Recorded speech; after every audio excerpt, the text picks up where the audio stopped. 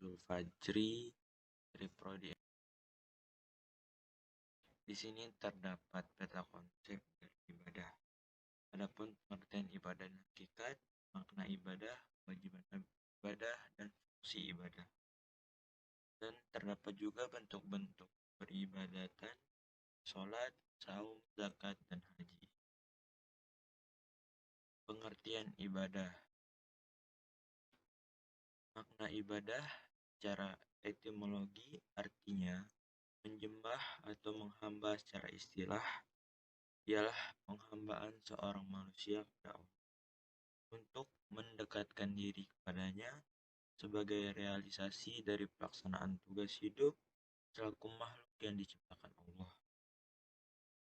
Ibadah secara umum terbagi menjadi dua, yaitu ibadah mahdah atau khusus dan ibadah ghairuh mahdah. Kewajiban ibadah bagi manusia. Landasan Quran Surat As-Zaziriyat ayat 56, tidak aku ciptakan jin dan manusia kecuali untuk beribadah kepadaku. Yang kedua, Quran Al-Bayyinah ayat 98, dan mereka tidak diperintahkan kecuali supaya menyembah Allah dengan memurnikan ketaatan kepadanya dalam menjalankan agama dengan lurus, dan supaya mereka mendirikan sholat dan menunaikan zakat, dan demikian itulah agama yang lurus. Fungsi ibadah. Fungsi ibadah dibagi menjadi beberapa poin di sini. 1. Sebagai bentuk realisasi bagi manusia yang diberi tanggung jawab oleh Allah menjadi khalifah dan hamba Allah di muka bumi. 2.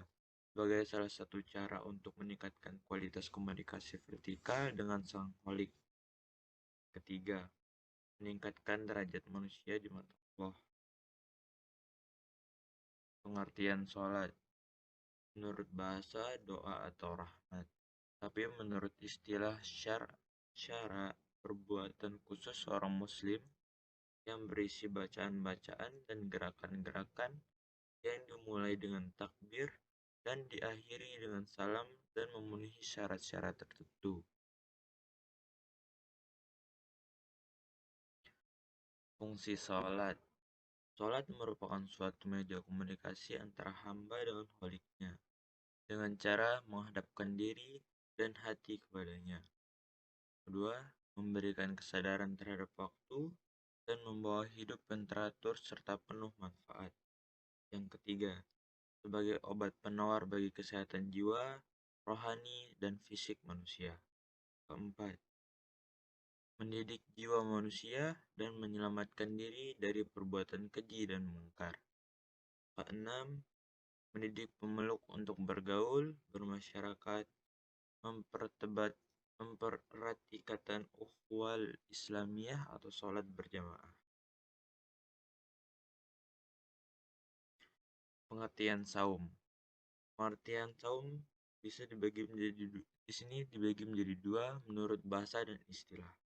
Menurut bahasa, menahan diri dari segala sesuatu, tetapi menurut istilah, menahan diri dari segala sesuatu yang membatalkan puasa, seperti makan, minum, bersetubuh, dan juga dari hawa nafsu yang akan mengurangi nilai puasa tersebut, seperti berkata dan berbuat keji dan kotor mulai dari terbit fajar sampai terbenam matahari dengan disertai niat dan syarat tertentu. Nilai saum. Puasa yang dihendaki oleh Allah bukan semata-mata menahan diri dari makan dan minum, tetapi menahan diri dari segala yang menodai keimanan dan yang tidak sesuai dengan keutamaan takwa dan pengawasan diri. Ketentuan saum. Orang yang melaksanakan saum dikenakan ketentuan berupa anjuran dan larangan. Anjurannya ialah memperbanyak amalan soleh, larangannya ialah melakukan perbuatan-perbuatan yang keji dan sia-sia. Pengertian zakat.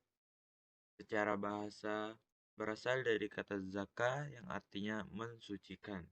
Secara istilah, zakat sebagai nama atau sebutan dari suatu hak Allah yang dikeluarkan seseorang kepada fakir miskin. Adapun fungsi zakat, 1. Bagi muzaki, zakat berarti mendidik jiwa untuk suka berkorban dan membersihkan jiwa dari sifat kikir, sombong, dan angkuh. Kedua, bagi mustahik, zakat memberikan adanya harapan adanya perubahan nasib dan sekaligus menghilangkan sifat iri, dengki, dan suuzon terhadap orang-orang kaya. 3. Bagi masyarakat muslim, melalui zakat akan ada pemerataan pendapatan dan pemilikan harta di kalangan umat Islam. Di sini terdapat juga makna haji. Secara bahasa, mengajarkan sesuatu. Secara istilah, menyengaja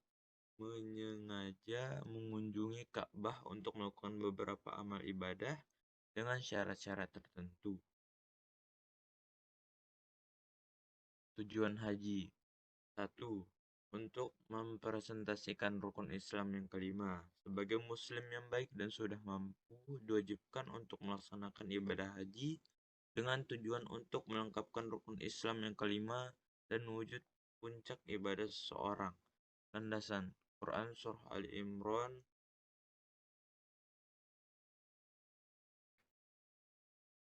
Kedua, tata cara haji, ihram. Berniat melakukan haji atau umroh. Niat haji dilakukan bersamaan dengan mengenakan pakaian ihram, yaitu pakaian tanpa berjahit, sebagai simbol kehidupan yang mempunyai dua makna sebagai berikut. Pertama, melepaskan diri dari kemewahan-kemewahan jasmani dan kesenangan-kesenangan duniawi. Kedua, sebagai sambutan atas panggilan Allah yang berupa seruan keras dengan mengucapkan labbaik Allahumma labbaik. Tawaf, yaitu bentuk ibadah yang merupakan tindakan mengelilingi Ka'bah sebanyak 7 kali putaran, bergerak berlawanan dengan arah jarum jam. Di sini juga terdapat 3 jenis tawaf ibadah haji, yaitu 1. Tawaf kudum, 2. Tawaf ifdah, dan ketiga tawaf wada. Sya'i, antara Syafa dan Marwah. Sya'i artinya berjalan cepat. Sya'i adalah berlari-lari kecil antara Syafa dan Marwah, sebanyak 7 kali balikan yang dimulai dari Bukit Syafa dan berakhir di Bukit Marwah. Wukuf di Arafah. Wukuf adalah hadir di padang Arafah, yaitu suatu dataran luas tanpa penduduk di wilayah kota Mekah pada tanggal 9 Zulhijjah. Mabit di Musdalifah. Mabit artinya bermalam atau lawat malam. Setelah selesai melakukan wukuf di Arafah, yang berhaji berangkat menuju Musdalifah. Mabit di Mina. Pada pagi hari tanggal 10 Zulhijjah, hari berada di Mina untuk melaksanakan mabit selama 2 atau 3 malam. Melontar jumroh. Di Mina, yang berhaji melakukan lontaran pada jumroh sebagai simbol yang menyatakan ketetapan hatinya untuk meninggalkan dorongan-dorongan setan yang jahat. Selanjutnya, tahalul.